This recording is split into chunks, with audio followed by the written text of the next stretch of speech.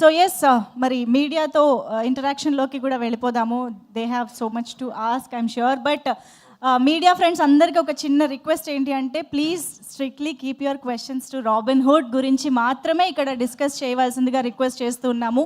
Please underline this statement, this line. Thank you so much. Chairs please, chairs త్వరగా తీసుకురండి stage పైకి.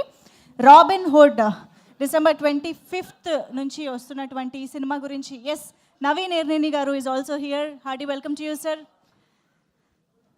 So December 25th నుంచి మనల్ని entertain చేయడానికి వస్తున్నటువంటి రాబిన్హుడ్ గురించి ఒక్క నిమిషం. చైర్స్ ఒక్కసారి క్లియర్ చేయరా? నవీన్ గారు కూడా ఇప్పుడే జాయిన్ అయ్యారు కాబట్టి ఒక్కసారి గ్రూప్ ఫోటో ఆప్ పెడదాము. వాళ్ళు టార్గెట్ చేస్తే ఏ సైడ్ అయినా అడుగుతారు సార్.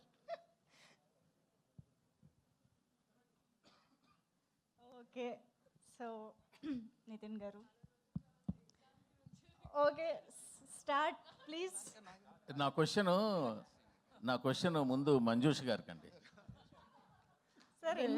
కాదండి, మీడియా మీట్ అని పెట్టిన తర్వాత పర్సనల్ క్వశ్చన్ అడగండి అని చెప్పొచ్చండి, తప్పులేదు.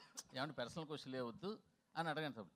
అరే మీరు ఈ క్వశ్చన్లు అడగండి, ఆ క్వశ్చన్ మీరు మీడియాకి చెప్తారేంటండి, నాకు అర్థం కాదు సార్. అంటే ఇవాళ రాబిన్హుడ్ ప్రెస్ మీట్ కాబట్టి దీని గురించి మాట్లాడదాము అన్న ఇన్స్ట్రక్షన్స్ సార్. సో అలాగే చెప్తారండి.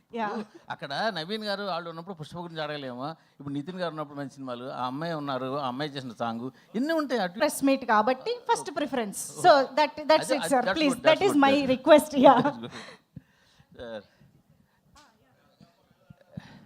నితిన్ గారు సార్, చాలా బాగుంది సార్, సాంగ్ బాగుంది. Thank you sir. Day 1లోనే రిలీజ్ చేసిన వెంటనే వైరల్ అవుతుంది పాట. Thank you sir.